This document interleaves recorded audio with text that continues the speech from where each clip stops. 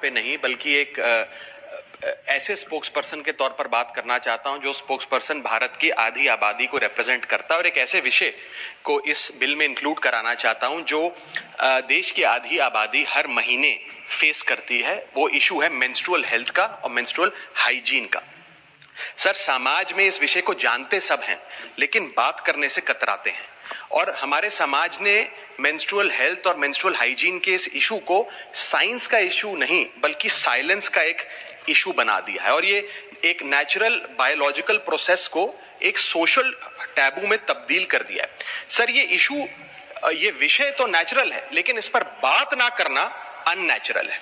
और इसी के साथ साथ सर मैं ये भी कहना चाहता हूं कि आज भारत देश में लगभग 35 करोड़ से ज्यादा महिलाएं मेंस्ट्रुअल साइकिल की इस प्रोसेस से गुजर रही हैं, जिसमें से 120 मिलियन यानी कि 12 crore adolescent girls face menstrual hygiene and challenges every single year and as a result 23 million girls यानी कि 2.3 करोड़ गर्ल्स हर साल स्कूल से ड्रॉप आउट हो जाती हैं, स्कूल जाना बंद कर देती हैं क्योंकि वहां इनएडिक्वेट मेंस्ट्रुअल हेल्थ फैसिलिटीज हैं। Sir, lack of sanitation and lack of access to menstrual products के चलते हमारी बेटियां ऑन एन एवरेज 60 दिन साल में स्कूल मिस करने को मजबूर होती हैं और वर्किंग महिलाएं महीने में 2 से 5 दिन अपना ऑफिस मिस करने को मजबूर होती हैं। सर, हम एक ऐसे देश में रहते हैं जहां शराब और सिगरेट तो खुलेआम बेची जाते हैं लेकिन सैनिटरी पैड को अखबार में लपेट के दिया जाता है जैसे कि आप कोई इलीगल प्रोडक्ट खरीद रहे हो या इलीगल प्रोडक्ट का एक्सेस पा रहे हो। पीरियड नेचुरल है लेकिन स्टिग्मा उसके अराउंड जो है वो अननेचुरल है। साइंस नेचुरल है लेकिन उसके अराउंड साइलेंस अननेचुरल है। मेंस्ट्रुएशन बायोलॉजी है लेकिन इस प्रकार की सोच जो मिसोजिनी है वो एक आइडियोलॉजी है। सर, और मैं इससे संबंधित 5 विषय उठाना चाहता हूं जो इस बिल में शामिल किए जाएं। मेरा पहला मुद्दा है कि मेंस्ट्रुअल हेल्थ और हाइजीन एक विमेन्स इशू नहीं, एक पब्लिक हेल्थ का मैटर है।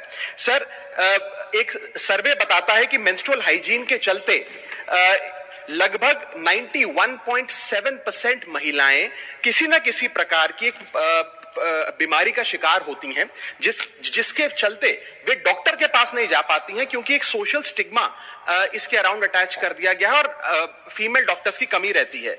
सर, पीरियड और मेंस्ट्रुअल साइकिल के चलते 3 प्रकार की बीमारियां महिलाओं में देखी जाती है। पहली है रिप्रोडक्टिव ट्रैक्ट इंफेक्शंस, दूसरी है increased risk of cervical cancer और थर्ड है सर यूरिनरी ट्रैक्ट इंफेक्शंस।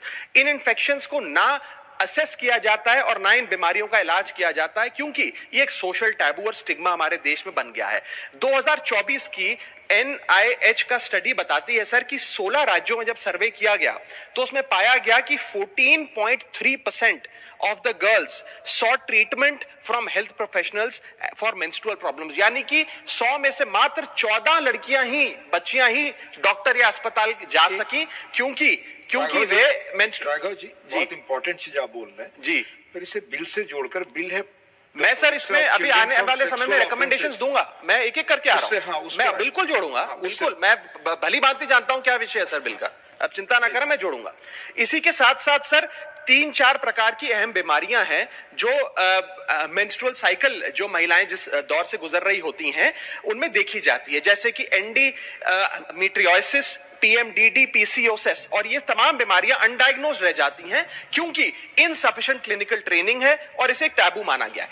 दूसरा विषय है सर, ये विमेन्स इशू नहीं बल्कि एक एजुकेशन का इशू है जिसके चलते 60% बेटियां अपने पीरियड्स के दौरान स्कूल से एब्सेंट हो जाती हैं या स्कूल छोड़ने पर मजबूर हो जाती है और खास तौर पे ये रूरल एरियाज के स्कूल्स में देखा जाता है। सर, टॉयलेट होना एक चीज है लेकिन यूजेबल टॉयलेट होना एक और चीज है, इसमें बहुत फर्क है। और यदि टॉयलेट में पानी नहीं, प्राइवेसी नहीं, सोप नहीं, डिस्पोजेबल बिन नहीं और सैनिटरी पैड्स नहीं तो वो टॉयलेट नहीं, मात्र एक कमरा है। इसी के चलते मैं कहना चाहता हूं कि सैनिटरी इंफ्रास्ट्रक्चर फैसिलिटी का जो गैप है ये एक इंफ्रा गैप नहीं है, ये डायरेक्टली हमारी बेटियों की एजुकेशन से लिंक्ड है।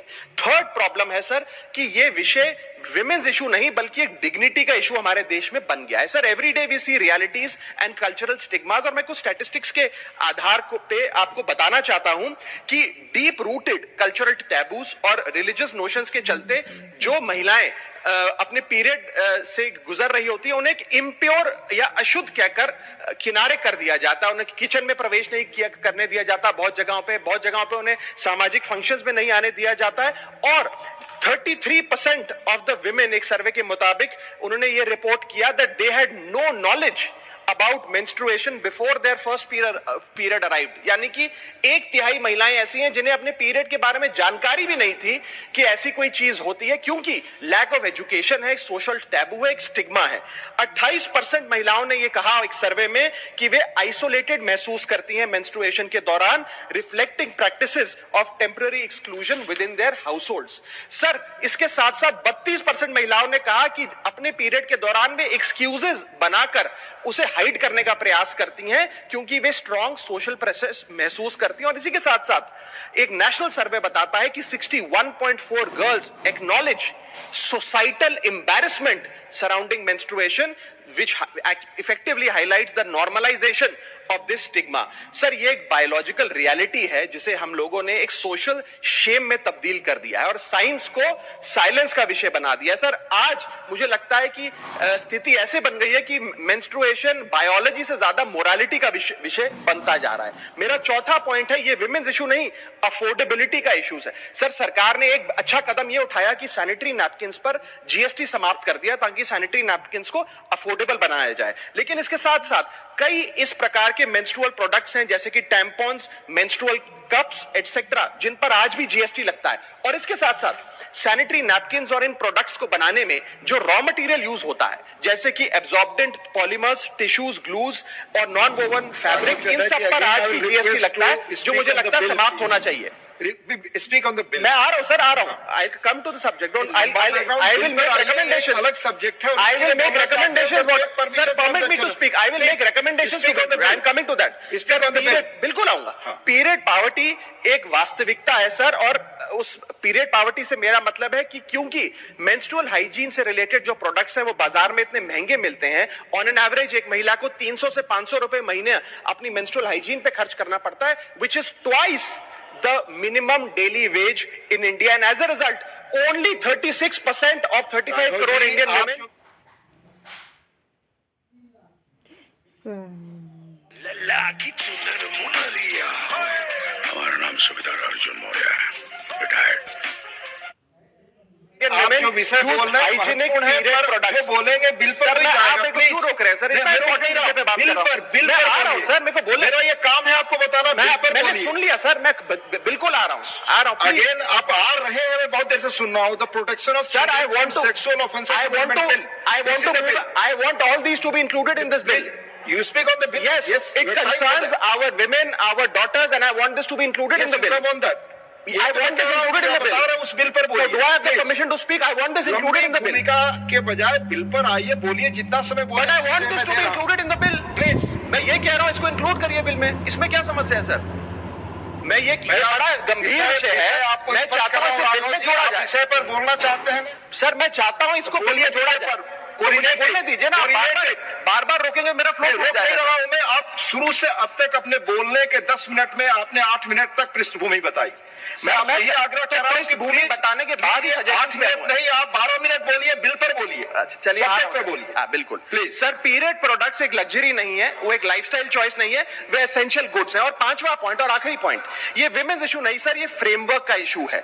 जैसे 25% स्कूलों में बेसिक सैनिटेशन सर्विस नहीं है, 46% स्कूल्स में हाइजीन सर्विस जैसे कि सोप और रनिंग वाटर नहीं है, और लगभग 40% स्कूल्स में covered beans for disposable sanitary napkins नहीं है। सर, मैं बस एक बात कहना चाहता हूं कि Spain, Japan, south Korea, Indonesia जैसे बड़े देशों में पेड लीव्स मिलती हैं 1 to 3 days पर मंथ उन महिलाओं को जो अपनी मेंस्ट्रुअल साइकिल से गुजर रही होती है। लेकिन भारत में पेड लीव छोड़िए, इस विषय पे चर्चा करने से भी हम लोग घबराते हैं, भागते हैं। इसलिए मैं 6 स्पष्ट सुझाव इस बिल में इंक्लूड करने के लिए इस सदन में रखना चाहता हूं। मेरा पहला सुझाव है कि हर स्कूल और कॉलेज, वर्कप्लेस और पब्लिक इंस्टीट्यूशन में फ्री सैनिटरी पैड्स और फंक्शनल टॉयलेट्स बनाए जाएं।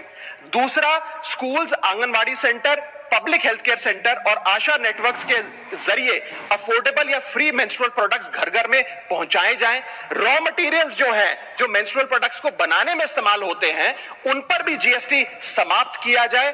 और मेंस्ट्रुअल हेल्थ की एजुकेशन की जब बात होती है स्कूलों में, तो सिर्फ महिलाओं को नहीं, बॉयज को भी इस करिकुलम में शामिल करना चाहिए, because boys are rarely included in menstrual health education. और शायद समाज के साइलेंस का एक बहुत बड़ा कारण यह है कि लड़कों को, स्कूल जाने वाले बॉयज को मेंस्ट्रुअल हेल्थ की साइंस से दूर रखा जाता है। पांचवा सुझाव, मेंस्ट्रुअल वेस्ट मैनेजमेंट के लिए नेशनल फ्रेमवर्क बनाया जाए ताकि सेफ और इन्वायरमेंटली रिस्पॉन्सिबल डिस्पोजेबल सिस्टम्स हो। और छठा और आखिरी सुझाव, डिस्ट्रिक्ट लेवल एनुअल मॉनिटरिंग हो मेंस्ट्रुअल इंफ्रास्ट्रक्चर की और इसकी पब्लिक रिपोर्टिंग का मैकेनिज्म बने। सर, जब एक लड़की स्कूल इसलिए नहीं जाती है कि स्कूल में पानी नहीं है, पैड नहीं है या प्राइवेसी नहीं है, तो ये उस लड़की की पर्सनल प्रॉब्लम नहीं है सर, ये सोसाइटी का फेलियर है, पॉलिसी का फेलियर है। और अगर एक लड़की डॉक्टर के पास इसलिए नहीं जाती है क्योंकि सोशल स्टिग्मा है, तो ये एक ट्रेडिशन नहीं है सर, ये निग्लेक्ट। और अंत में मैं ये कह के अपनी बात खत्म करूंगा कि मेंस्ट्रुअल हाइजीन कोई फेवर नहीं है, कोई चैरिटी नहीं है, कोई साइड इशू नहीं है, ये हेल्थ का इशू है, ये एजुकेशन का इशू है, ये डिग्निटी का इशू है, ये इक्वालिटी का इशू है। Women do not need our sympathy, sir. Women need equality. Women do not need silence. Women need dignity. And women do not need tokenism. Women need rights. Thank you.